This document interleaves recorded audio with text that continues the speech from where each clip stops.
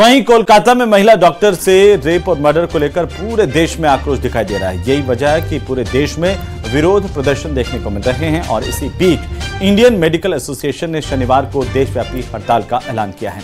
वहीं एसएमए अस्पताल की ओपीडी में भी डॉक्टर्स विरोध प्रदर्शन कर रहे हैं। रिपोर्ट देखिए।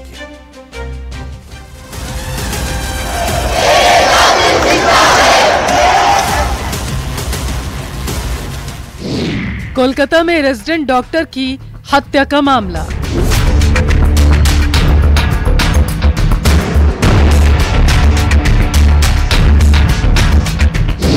एसएमएस अस्पताल की ओपीडी में डॉक्टर्स का प्रदर्शन।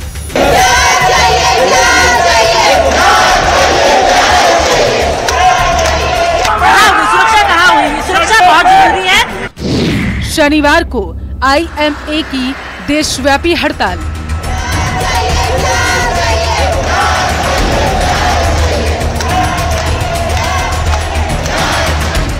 कोलकाता में ट्रेनी डॉक्टर की मेडिकल कॉलेज के अंदर रेप के बाद हत्या के बाद देश भर के रेजिडेंट डॉक्टर बेमियादी हड़ताल पर हैं। प्रदेश में भी रेजिडेंट डॉक्टर्स आरोपियों को सजा की मांग कर रहे हैं।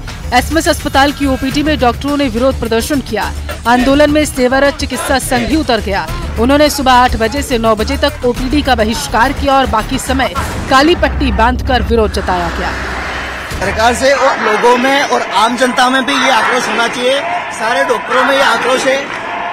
हम लोगों ने तो इस स्ट्राइक को डीएस्केलेट करने का भी सोचा था, लेकिन जहां एक तरफ हम न्याय की बात करते हैं, वहीं साथ में कोलकाता में गुंडे भेजे जाते हैं, सबूत जो वो मिटाए जाते हैं, डॉक्टरों को मारा पीटा जाता है। तो उस कोलकाता सरकार की जो उसकी खामियां हैं कि वो न्याय दिलाने की बजाय गुंडागर्दी वहाँ पे बढ़ाई जा रही है, उस वजह से आक्रोश बढ़ गया है।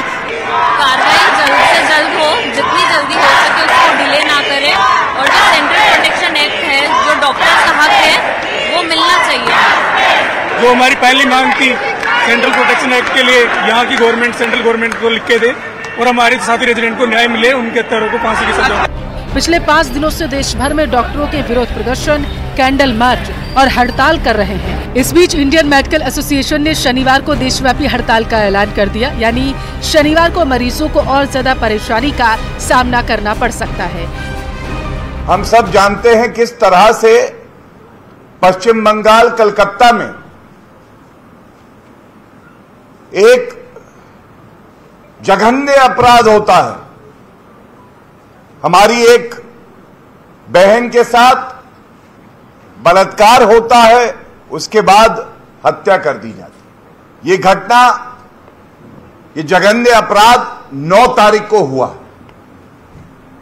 और 9 तारीख को ये जघन्य अपराध होता है और 13 तारीख को कलकत्ता हाईकोर्ट फटकार लगाता है निर्ममता बनर्जी को और कहता है आप अपनी जिम्मेदारी का निर्वहन ठीक से नहीं कर रही, कानून व्यवस्था ध्वस्त है। कोलकाता के मेडिकल कॉलेज में हुए रेप मर्डर केस को लेकर लोगों में काफी गुस्सा है, इसलिए देश भर में हर जगह कई जबरदस्त प्रदर्शन देखने को मिले।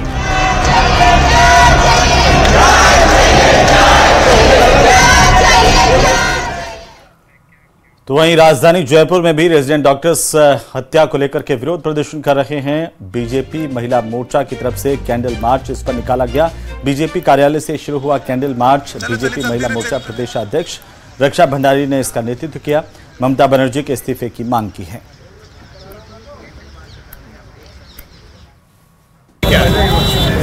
आप सभी से कुछ भी छुपा हुआ नहीं है कि वजह क्या है। मुझे नहीं लगता कि वजह बताने की जरूरत है। जो बंगाल के कलकत्ता में जो हुआ है वो पूरे अखबारों की सुर्खियां बनी हुई है। एक महिला डॉक्टर जिसके साथ इतनी दरिंदगी होती है कि एक निर्भया जैसा केस वापस रिपीट हो गया है। क्या महिलाएं सुरक्षित नहीं है? वहाँ के मुख्यमंत्री खुद एक महिला है। उस मुख्यमंत्री को शर्म नहीं आती कि आए दिन बंगाल जल रहा है और वो हिंदू विरोधी है, महिला विरोधी है। इस चीज का हम विरोध कर रहे हैं और बढ़ चढ़कर हम विरोध करेंगे। तो वहीं बांग्लादेश में तख्ता पलट के बाद वहां के हालात अल्पसंख्यकों के लिए अच्छे नहीं हैं और स्थिति बद से बदतर होती जा रही है। हिंदुओं पर अत्याचार की जो तस्वीरें सामने आ रही है वो डराने वाली हैं। हिंदुओं पर अत्याचार के विरोध में प्रदेश के अलग अलग जिलों में विरोध प्रदर्शन हो रहे हैं।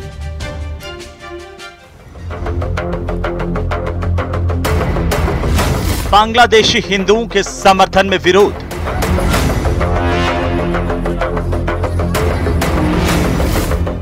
कई इलाकों में विरोध प्रदर्शन।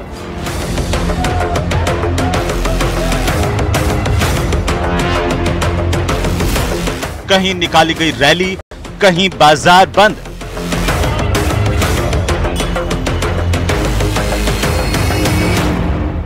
बांग्लादेश में अल्पसंख्यक हिंदू परिवारों पर हो रहे अत्याचार और हिंसा को लेकर देश भर में आक्रोश है। राजस्थान भी इससे अछूता नहीं है। हिंदुओं पर अत्याचार का विरोध करने वाली तस्वीरें अजमेर, सुजानगढ़ और अलवर से भी सामने आई है। यहां भी अलग अलग जिलों से विरोध प्रदर्शन की तस्वीरें सामने आ रही हैं। कहीं रैली निकालकर विरोध प्रदर्शन किया जा रहा है, तो कहीं दुकानें बंद कर बांग्लादेशी हिंदुओं की सुरक्षा की मांग की जा रही है। अजमेर की बात करें तो यहां बांग्लादेश में मंदिर तोड़ने और हिंदुओं पर अत्याचार के विरोध में सकल हिंदू समाज ने मौन जुलूस निकाला, जिसके बाद जिला कलेक्ट्रेट पहुंचकर राष्ट्रपति के नाम ज्ञापन सौंपा, जिसमें बांग्लादेश के हिंदुओं को सुरक्षित रखने की मांग की गई। में सर्व हिंदू समाज ने बांग्लादेश में हो रही घटनाओं का विरोध प्रकट किया है और राष्ट्रपति महोदय और यूएनओ के महासचिव को ज्ञापन दिया है। बिल्कुल हिंदुओं के ऊपर विभत्स अत्याचार बांग्लादेश में हुए हैं और हिंदू समाज में भारी आक्रोश है कि हिंदुओं पर हो रहे अत्याचार को रोका जाए, उनकी सुरक्षा की जाए। संतों के सानिध्य में सकल हिंदू समाज की ओर से यही आह्वान किया गया है। अजमेर में जहां मौन जुलूस निकालकर विरोध जताया गया, तो वहीं चूरू के सुजानगढ़ में सर्व हिंदू समाज की तरफ से आक्रोश रैली निकाली गई। आक्रोश रैली स्टेशन रोड से गांधी चौक तक पहुंची, जहां पर हनुमान चालीसा का पाठ किया गया। हमने हिंदुओं के साथ जो अत्याचार किया है, नरसंहार किया है, वो हम बिल्कुल नहीं सहने वाले हैं और यहाँ के भी कान खोल के सुन ले। ऐसी हिम्मत जिंदगी में कभी ना करे। हम संतों ने अगर शांति का पाठ पढ़ाया है तो हम संत क्रांति का पाठ भी पढ़ा सकते हैं। वहीं अलवर में भी बांग्लादेश में हिंदुओं पर हो रहे अत्याचारों के खिलाफ सर्व हिंदू समाज ने आक्रोश रैली निकाली और साथ ही उपखंड अधिकारी को ज्ञापन सौंपा। बांग्लादेश में जो हिंदुओं पर अत्याचार हो रहे हैं, मंदिर तोड़े जा रहे हैं, उसके विरोध में सरे बाजार से बगीची दुकानदारी को शुरू होते हुए शहीद स्मारक तक सर्व हिंदू समाज की तरफ से एक आक्रोश रैली निकाली गई। तो वहीं बारा और झुंझुनू में भी बाजार बंद कर हिंदुओं ने विरोध प्रकट किया है। सर्व हिंदू समाज के आह्वान पर बाजारों को बंद किया गया। बारा में शहर के प्रताप चौराहे पर हिंदू समाज के लोगों ने इकट्ठा होकर नारेबाजी की और बांग्लादेश में हिंदुओं पर अत्याचार का विरोध किया गया। बांग्लादेश में हिंदू समाज पर हो रहे अत्याचार, हमारी बहन बेटे के साथ में किया जा रहा बलात्कार और पूरे विश्व का, पूरे समुदाय का इस विषय में चुप रहना एक हिंदू समाज के लिए बड़ी शर्म की बात है।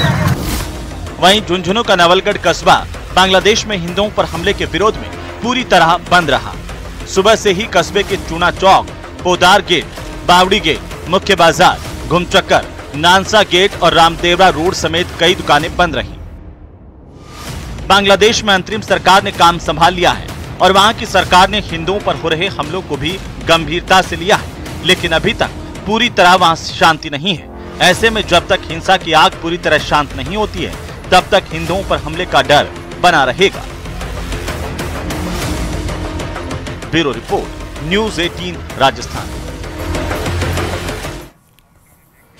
तो वहीं प्रदेश के पूर्व मुख्यमंत्री वसुंधरा राजे का अलग अंदाज देखने को मिला। ज्ञान गंगा महोत्सव के दौरान वसुंधरा राजे ने कुछ ऐसा कहा कि उनके बयान को लेकर के एक बार फिर से चर्चाएं शुरू हो गई हैं। उन्होंने कहा कि अब जियो और जीने दो के नारे की जगह जियो और जीने मत दो चरितार्थ हो रहा है। उन्होंने शायराना अंदाज में कई बातें कही हैं।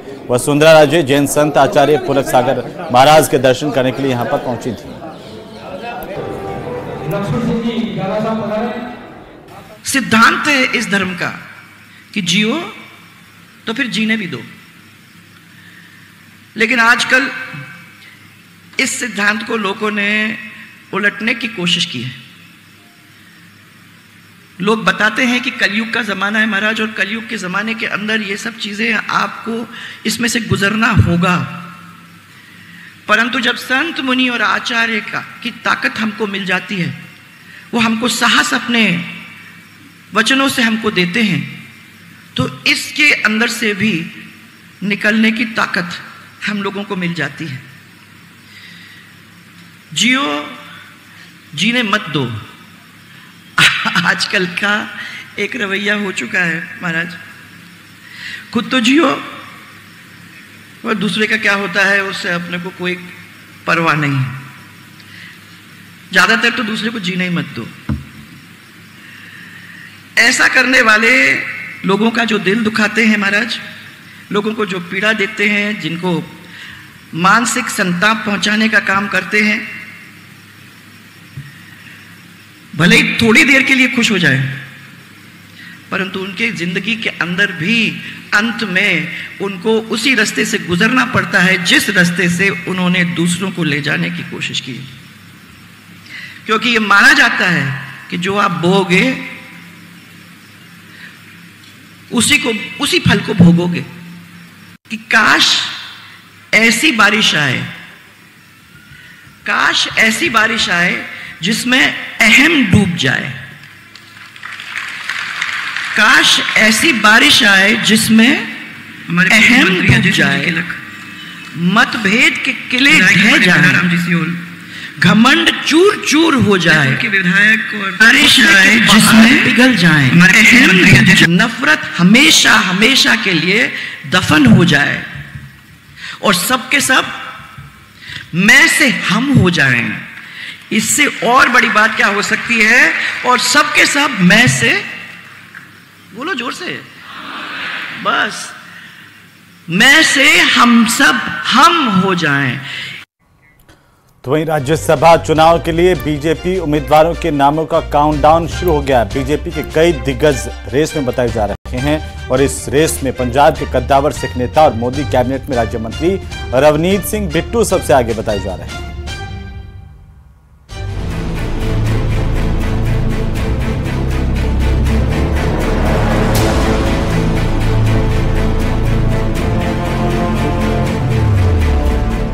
इक्कीस अगस्त को राज्यसभा चुनाव के लिए नामांकन दाखिल करने की आखिरी तारीख है।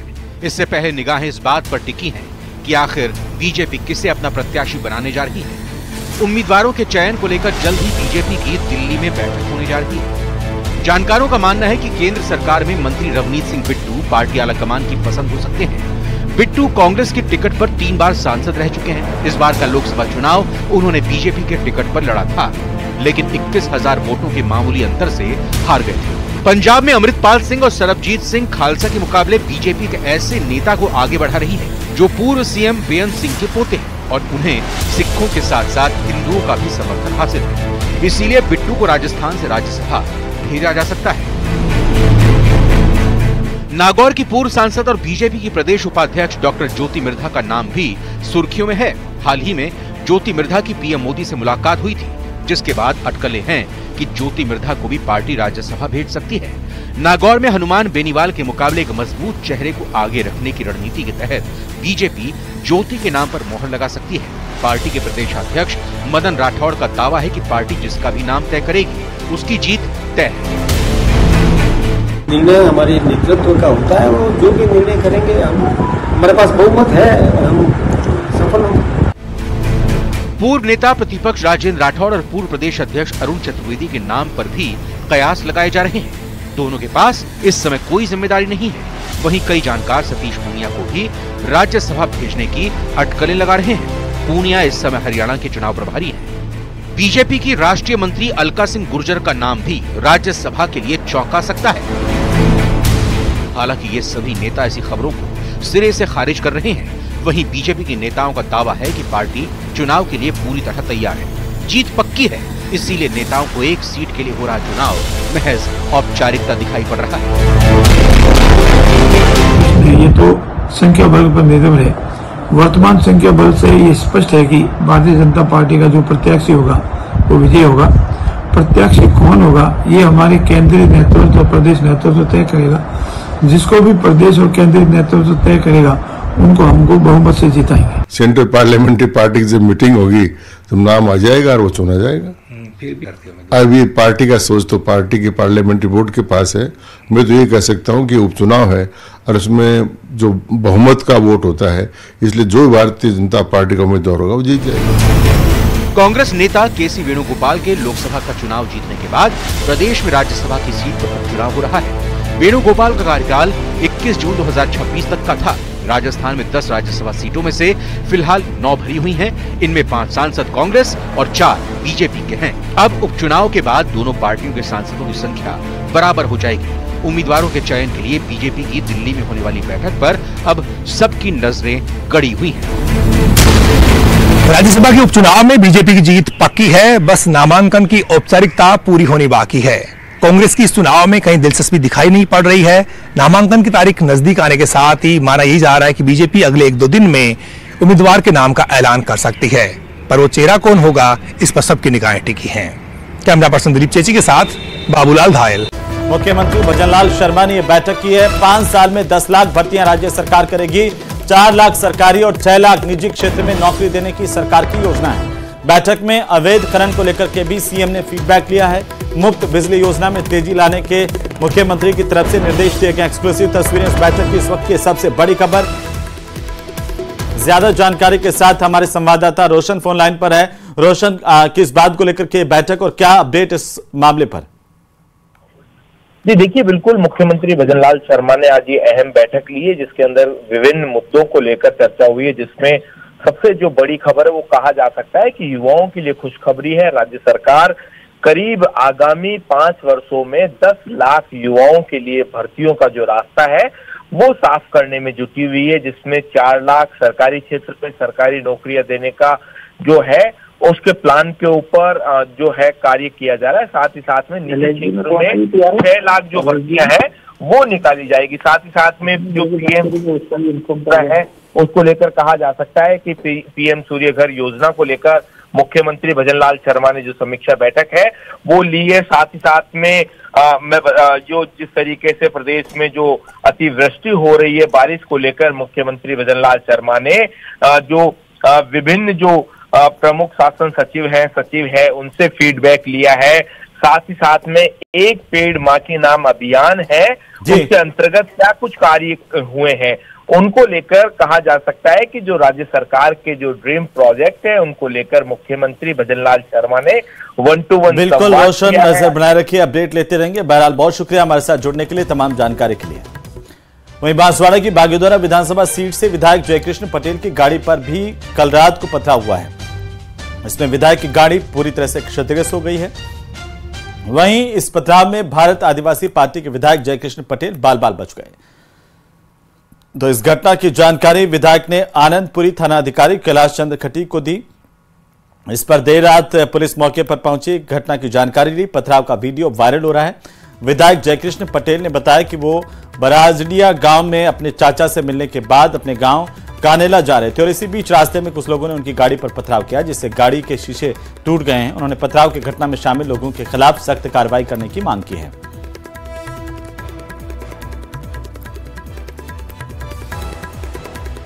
मेरी गाड़ी पर पथराव हुआ तो मैं आज प्रशासन को उस समय तुरंत तत्काल प्रभाव से मैंने सूचना दी और उनको अवगत कराया। साथ ही हमने एसपी साहब को भी सूचना दी और उनको भी अवगत कराया कि हाँ, यहाँ पर जो पत्थर मारा है वो बिल्कुल ऐसी घटना अगर आज की तारीख में एक विधायक के साथ में होती है तो हमारे साथ हम ये इस प्रशासन से भी कहना चाहते हैं कि ऐसी जो गतिविधियां करने वाले लोग हैं उन लोगों के खिलाफ में कड़ी से कड़ी कार्रवाई करने की जरूरत है और तत्काल प्रभाव से उनको कार्रवाई के माध्यम से उनको जांच की जाए, उनको पकड़ा जाए और हमारी जो यहाँ पर जनता है उस जनता के अंदर ये डर का माहौल जो बनाने की कोशिश की जा रही है उसको रोका जाए। तो वहीं बात करेंगे बारिश के बाद पैदा हुए हालातों की। प्रदेश के दूदू जिले के फागी में भारी बारिश के चलते फंसे हुए 38 बच्चों का रेस्क्यू किया गया है। जयपुर ग्रामीण के पुलिस अधीक्षक शांतनु कुमार सिंह के नेतृत्व में ऑपरेशन पूरा चलाया गया। इसके अलावा बूंदी के खटकड़ त्रिवेणी संगम पर एक मंदिर में फंसे 11 बच्चों समेत 13 लोगों को भी सुरक्षित बाहर निकाला गया है।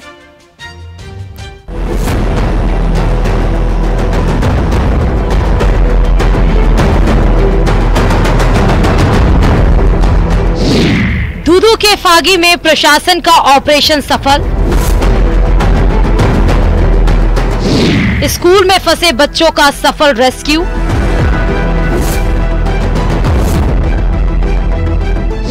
पुलिस और एसडीआरएफ का ज्वाइंट ऑपरेशन।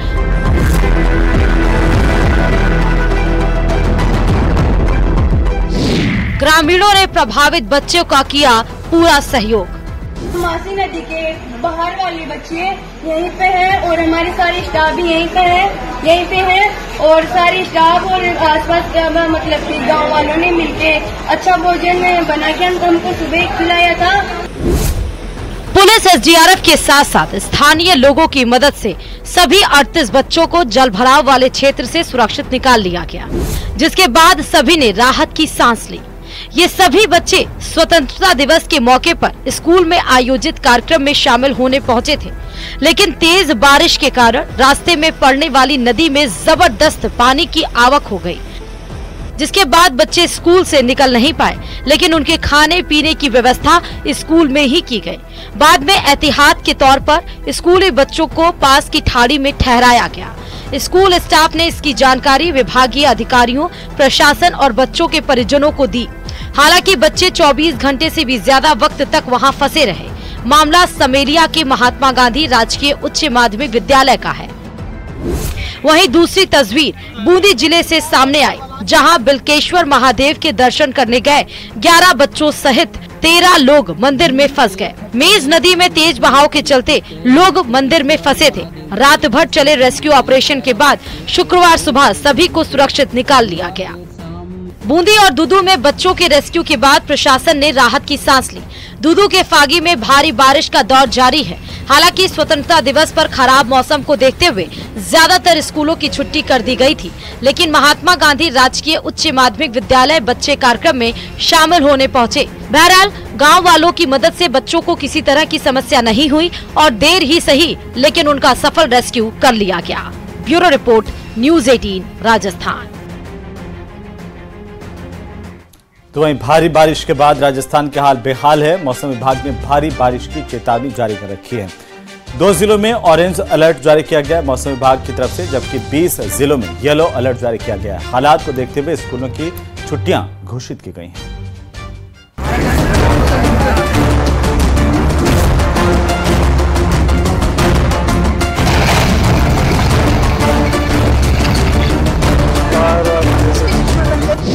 डरा रहा मौसम का भयंकर मिजाज।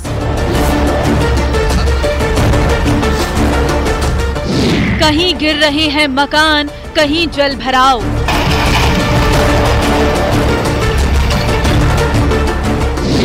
टापू में तब्दील हो रहे गांव।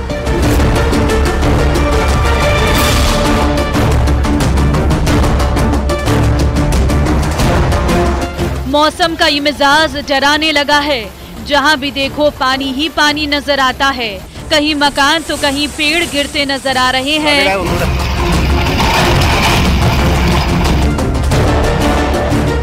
इतना ही नहीं, जगह जगह हो रहा जल भराव भी परेशानी का सबक बन रहा है और एक जगह से दूसरी जगह जाना किसी जंग से कम नहीं है। कहा जा सकता है कि बारिश ने जिंदगी की रफ्तार को रोक दिया है। कमोबेश जोधपुर के भी वही हालात है जो प्रदेश भर में अलग जगह सभी जो जिलों में दिखाई दे रहे हैं। शहर में जगह जगह पानी भराव की स्थितियां हैं। इसके अलावा जो बरसात के जो साइड इफेक्ट होते हैं, जैसे खड्डे हो जाना, सड़क पर खड्डे जो है कहीं न कहीं लोगों को बहुत ज्यादा परेशान कर रहे हैं। भारी बारिश के बाद हादसों की तस्वीरें सामने आ रही हैं। जयपुर के चांदपोल बाजार में मकान का हिस्सा गिर गया और इस दौरान परिवार के लोगों की जान बाल बाल बची। वहीं जयपुर ग्रामीण के अंतर्गत आने वाले जोबनेर में भी भारी बारिश के बाद चिरनोटिया गांव में मकान जमींदोज हो गया। माछरखानी गांव में भी बारिश से भारी नुकसान हुआ। सड़कों पर भरे लबालब पानी में आने जाने वाले लोगों को परेशानी हो ही रही है, वहीं वाहन भी फंस रहे हैं। बूंदी की जवाहर कॉलोनी के उफनाते नाले में पुलिस की जीप फंस गई। कड़ी मशक्कत के बाद कॉलोनी के लोगों ने पुलिसकर्मियों की जान बचाई। वहीं अजमेर के पीसागन कस्बे में सागरमती नदी के उफान में 2 बाइक सवार बह गए। युवकों की चीख पुकार के बाद ग्रामीणों ने दोनों युवकों को सुरक्षित बाहर निकाला।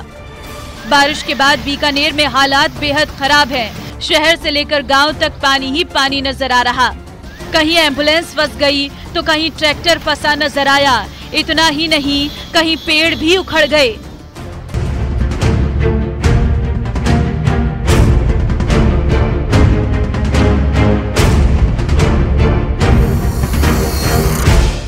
करौली में भी बारिश ने जिंदगानी को मुश्किल में डाल दिया है। सड़कों पर लबालब पानी भरा है। आने जाने वाले लोगों को भी भारी मुसीबतों का सामना करना पड़ रहा है। स्कूल आने जाने वाले बच्चे बड़ी मुश्किल से स्कूल तक पहुंच पा रहे हैं।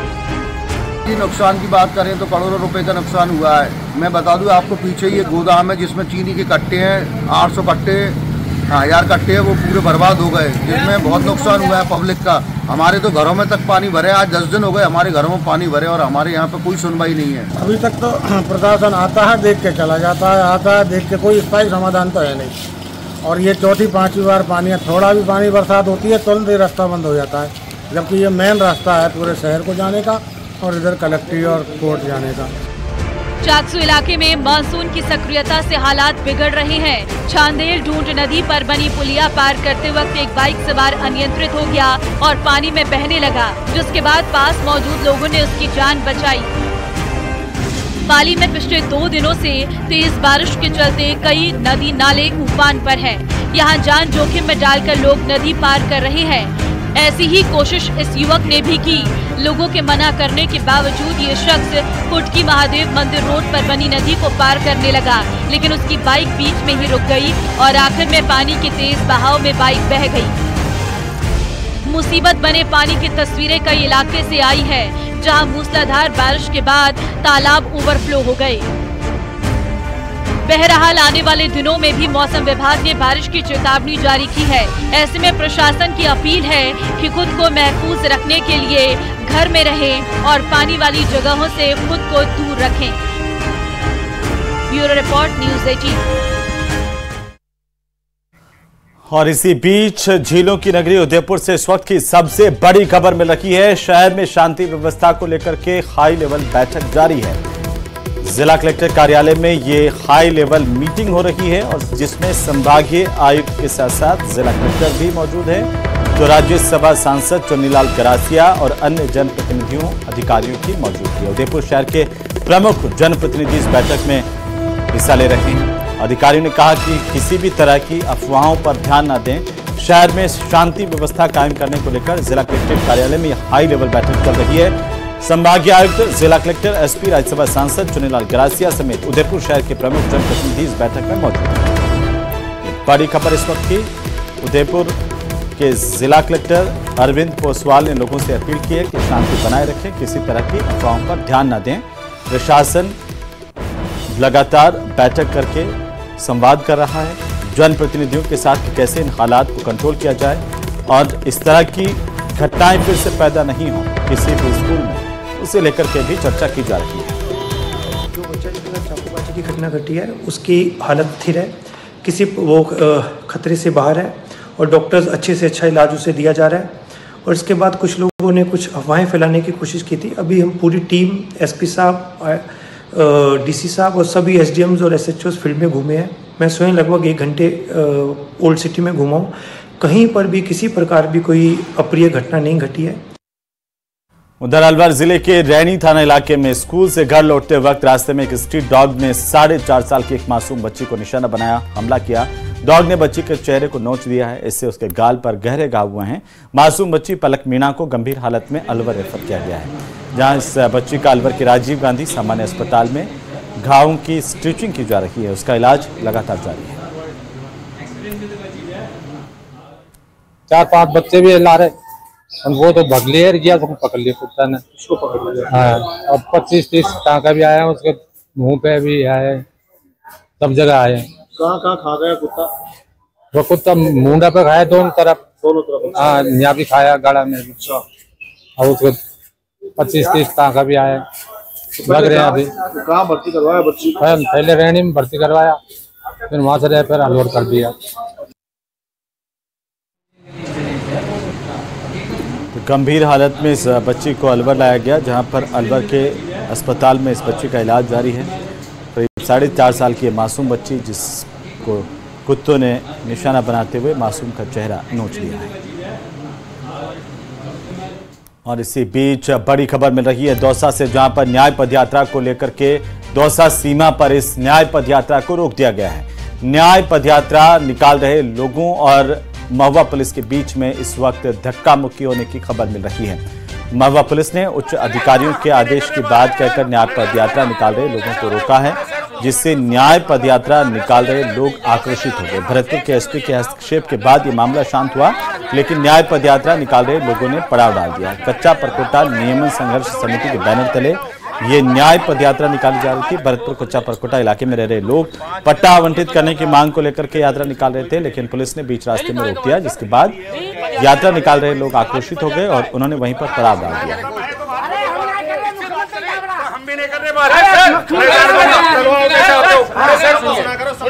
तो वहीं माउंट आबू शहर के मुख्य मार्ग पर एक साथ दिखे 4 भालू सड़क पर आपस में मस्ती करते हुए दिखाई दिए हैं।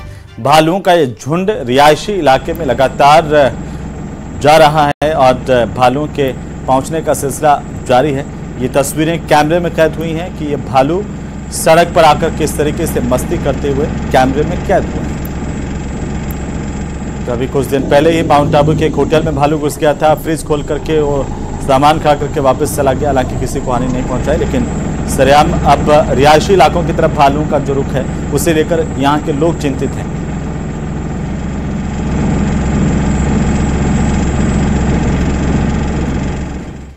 और इसी के साथ ही इस बुलेटिन में फिलहाल इतना ही। आप देखते रहिए न्यूज़ 18 राजस्थान। छोटे से ब्रेक के उस पार हम आपको दिखाएंगे प्रदेश की सबसे बड़ी डिबेट।